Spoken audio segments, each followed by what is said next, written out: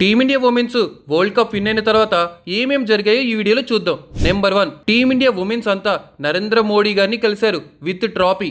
Next, Smriti మందనాకి 2.25 crores ఇచ్చారు Maharashtra government.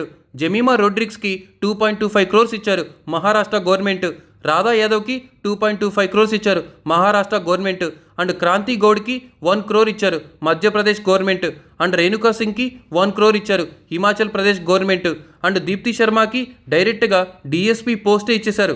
ఇంకా నెక్స్ట్ అయితే హర్మన్ప్రీత్ కౌర్ అండ్ స్మృతి మందన వరల్డ్ కప్ని వాళ్ళు టాటోగా వేయించుకొని చాలా హ్యాపీనెస్తో ఉన్నారు. కానీ ఒక సాడ్ న్యూస్ ఉంది. అదేంటంటే ప్రతికా రావల్కి మాత్రం గోల్డ్ మెడల్ ఇవ్వలేదు. అంటే ఐసీసీ రూలు అండ్ బీసీసీఐ వీళ్ళ రూల్ ప్రకారం టాప్ 15 మెంబర్స్కి గోల్డ్ మెడల్ ఇస్తారంట.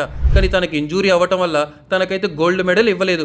టాప్ 15 మెంబర్స్కే ఇచ్చారు. కానీ టీమిండియా తరఫున సెకండ్ ప్లేస్లో ఉంది. హైయెస్ట్ రన్ చేసి ఇంపార్టెంట్ సెంచరీ చేసి టీమిండియా ఈ స్టేజ్లో ఉందంటే తను కూడా కారణం. కానీ తనకి మాత్రం గోల్డ్ మెడల్ ఇవ్వలేదు. ఇది మామ ఓవరాల్గా టీమిండియా ఉమెన్స్ వరల్డ్ కప్ విన్న తర్వాత జరిగిన సంఘటనలు. ప్రతికా రావల్కి గోల్డ్ మెడల్ ఇవ్వకపోవడానికి దీనిపై మీ అభిప్రాయం ఏంటో కామెంట్ చేయండి.